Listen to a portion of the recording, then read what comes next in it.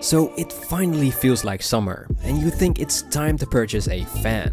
Well, let me help you with that choice in today's video. We're comparing 4 popular fans: the Duux Whisper 2, the Duux Whisper Flex 2024 edition, the Shark FlexBreeze, and the Rowenta Turbo Silence. Now, really quickly, the Shark FlexBreeze and the Duux Whisper Flex are the only 2 models that are usable without direct power via a battery. The first model we're looking at today is the Shark FlexBreeze. This is a new brand for me and it looked very interesting. Its design is less traditional and you love to see it.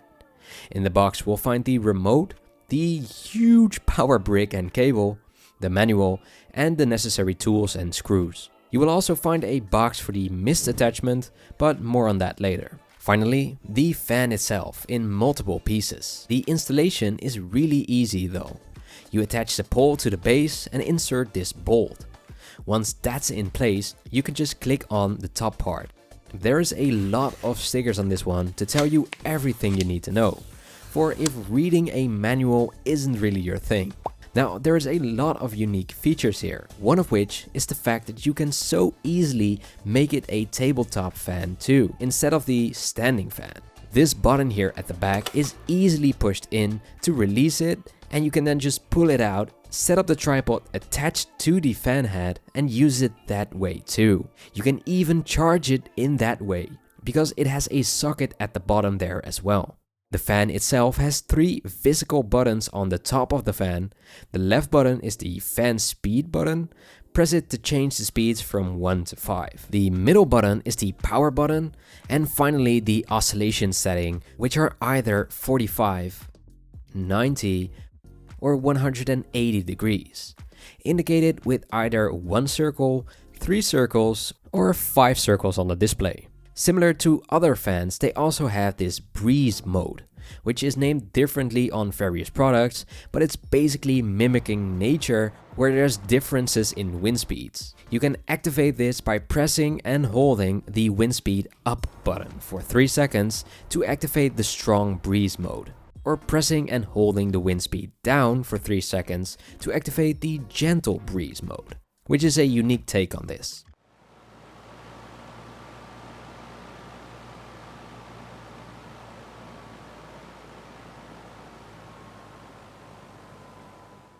On the remote, there is also a timer icon, which you can set on 1 to 5 hours, with each circle activated on the LED, meaning 1 hour. You can then press once on the timer icon to see how much time is left. There's also a lazy button for if you don't use the oscillation and you want to angle the fan towards you while laying on the couch, for example. On the LED on the fan itself, there's also a battery indicator, which will show different battery icons based on the percentage left. As far as the battery life itself goes, they state it will run for around 20 hours on speed 1 and 2 hours on speed 5. I tested it on speed 3, which is the setting I use the most, and to be honest, it exceeded my expectations. It's actually really useful most of the time, and I haven't been able to drain the battery completely. Even with the side-to-side movement on and a little higher of a setting, it's more than enough, I'd say. Though the battery isn't replaceable since it's built in.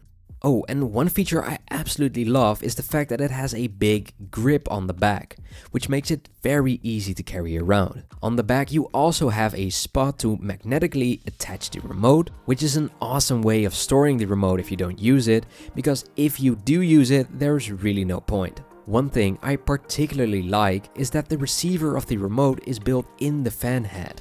So if the base is hidden behind a couch or something else, you can still operate it via the remote. It does only work with a direct line of sight though, and it won't work when there's something in between you and the fan.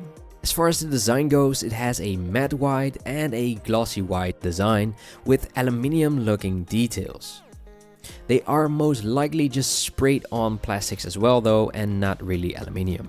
Something I noticed is that with this model in comparison to other fans, that here the pole is getting thicker towards the end, and with other fans it's always the other way around. So the pole is getting thicker closer to the base. There's also a negative though, being that the fan is pretty heavy, relatively speaking, at 5.6 kilograms or 12.35 pounds. And there isn't a vertical oscillation mode, so you will have to do that manually. It will only move horizontally on its own. So if you want to aim it at the ceiling, you will have to do that manually first. And these are the maximum angles for if you're interested.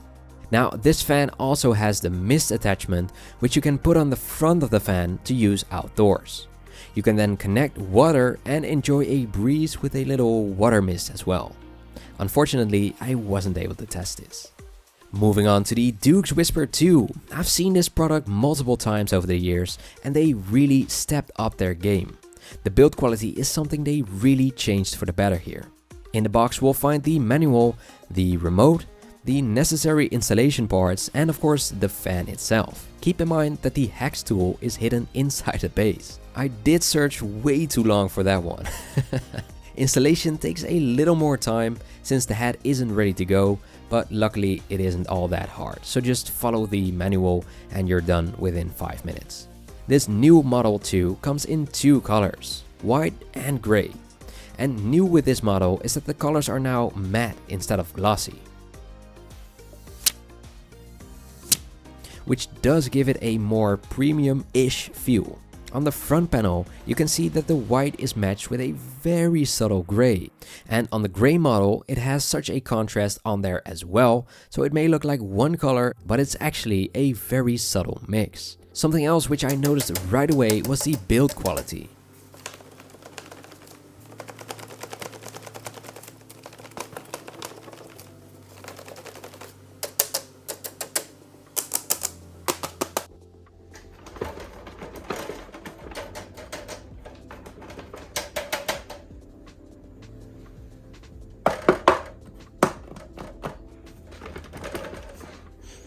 It feels much stronger and more stable than the previous generations. And because I can look at my previous videos as a reference, I am 100% sure it's not just in my head.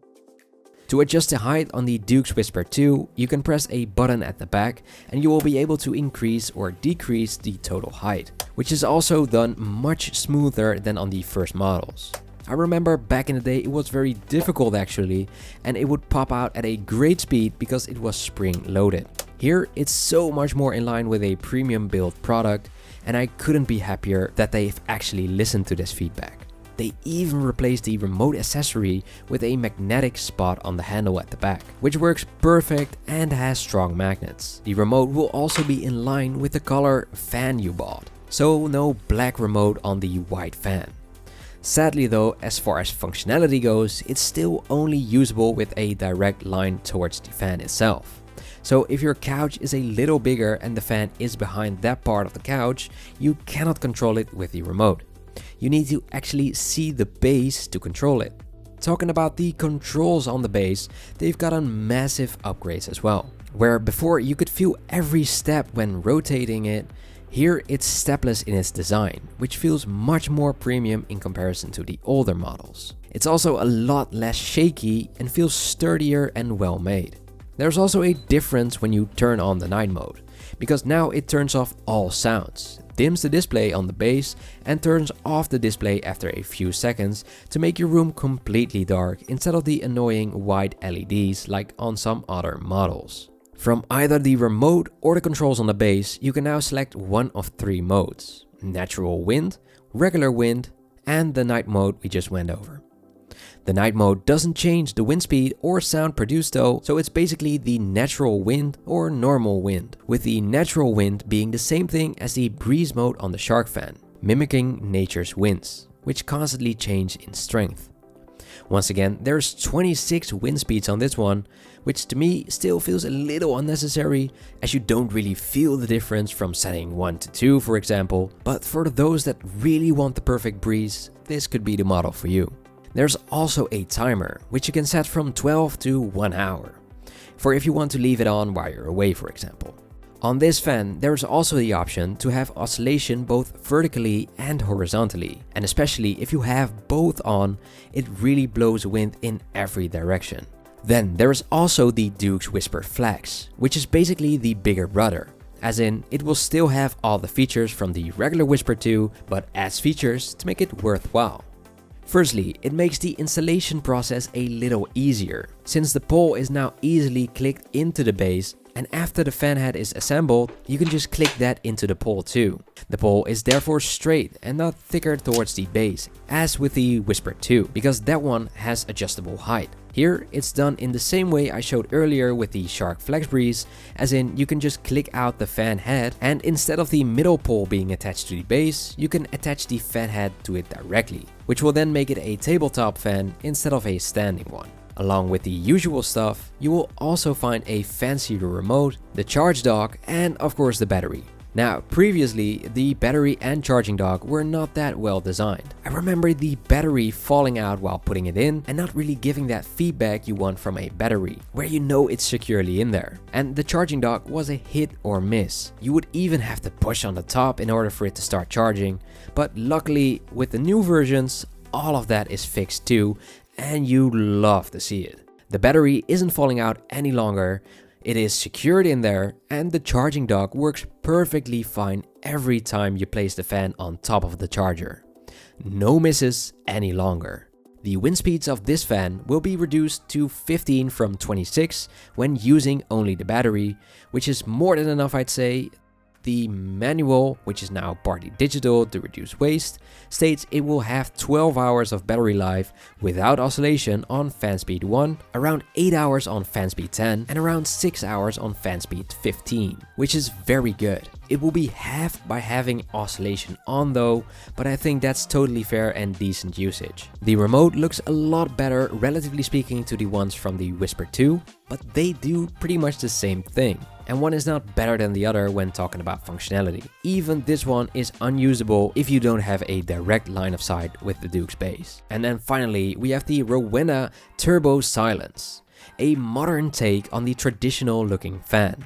With a blue transparent fan inside the aluminium caging, it looks awesome. Inside the box we'll find the parts, and within the head you will find the manual. Installed with a little more work, this one will be finished in about 10 minutes. Once again, a bolt that is inserted into the pole from under the base, but since the base here is pretty heavy, it's not easy on your own. Unless you have a workbench or something, it's probably easy to do this with 2 people. Once that is installed, the top part is placed on top of the pole and secured with a tightening knob. The Turbo Silence has a knob which you can set to 0, meaning off, speed 1, speed 2, turbo boost, and silent night. Above that, it has 2 indication lights which will turn on when you have the selected turbo or silent mode on, which is quite annoying for if you want to have a fully dark room at night. Then, like all conservative fans, it has that pin at the top which you can use to lock the head in place, because its default setting is oscillation from side to side.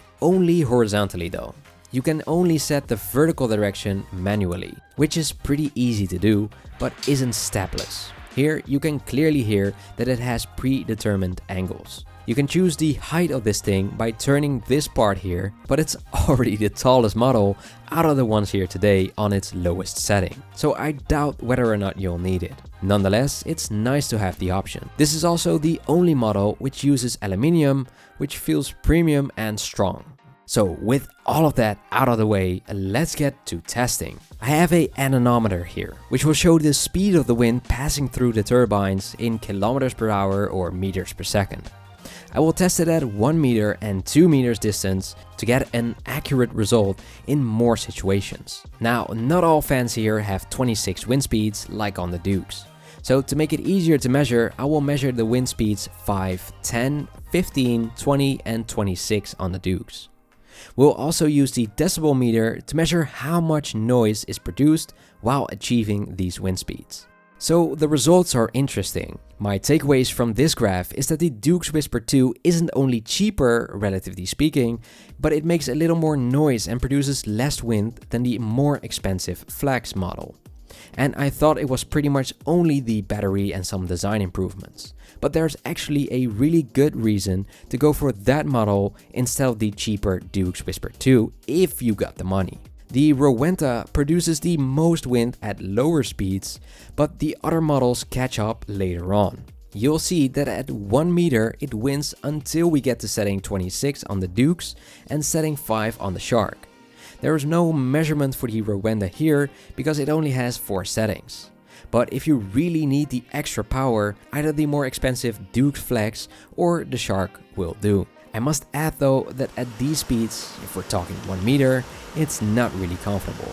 Another thing we can definitely conclude is that the Rowenta model is also the loudest model there is here today. Even the night mode is significantly louder than all of the other models. And it maintains that during the entire graph. At low speeds, the Shark and Duux models are neck to neck, but Duux wins with 1 decibel. On setting 3 on the Shark or 15 on the Duux, the Shark catches up with only 38 decibels, compared to the 45 and 43 on the Duuxes. This is the setting which I have it on the most, 2 and 3. On setting 4 on the Shark or setting 20 on the Duux, it will be similar again. So these results won't give a clear winner. Now moving on to 2 meters, at that distance you can see that the Duux Flex produces the same wind as the Rowenta, but at 34 decibels compared to the 44 on the Rowenta. And although you will still feel more wind at 2 meters with the Rowenta, it's at a pretty steep cost in loudness. The Shark is once again very similar to the Duux Flex, but the Duux still wins with a couple of points. And we cannot forget that the Duux Flex gives you the choice of 26 different wind speeds. Meanwhile on the Shark it's only 5. So if you want to achieve anything in between these results here today, you could only achieve that with the Duux. Now besides wind speed, there's of course other factors where they differ. For example, the grip.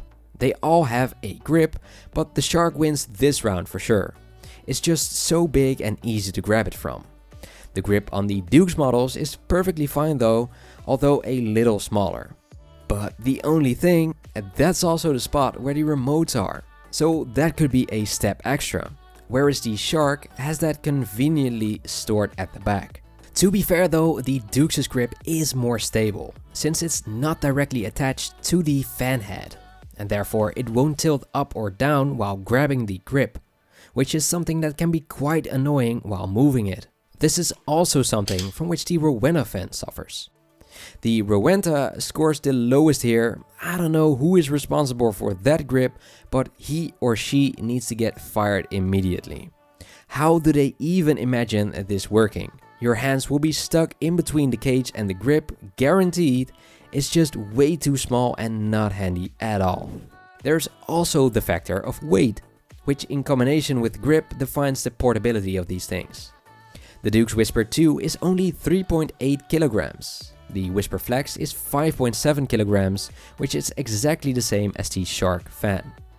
Lastly, the Rowenta is the heaviest at 7.7 kilograms. As far as the stability goes, I think they are all pretty much the same. And build quality, well, I think it's best for you to judge yourself.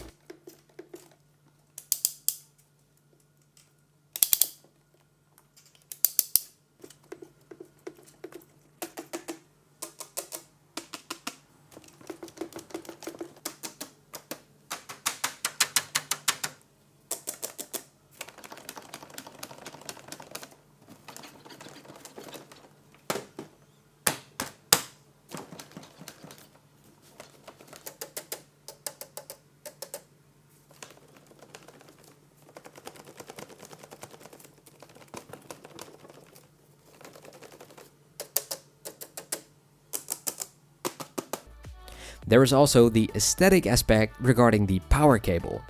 On the Duux models, it's as low as possible, tucked in from under the base. On the Rowenta, the cable hangs on pretty high up, so you will definitely see that. And on the Shark, it's also more visible since they put it on the pole instead of from under the base. And then finally, energy consumption.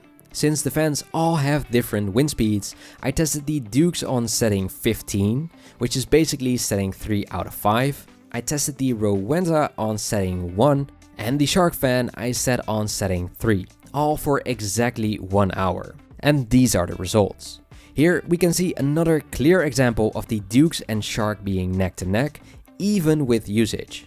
But the Rowenta, being a lot bigger, is in need of more juice. 5 times more to be exact. That's still only a fraction of a kilowatt hour though, and 1 kilowatt hour is around 30 euro cents at the moment. So for the current price at 30 euro cents per kilowatt hour, you could power the Rowenta for around 20 hours and the Duux/Shark models for around 100 hours.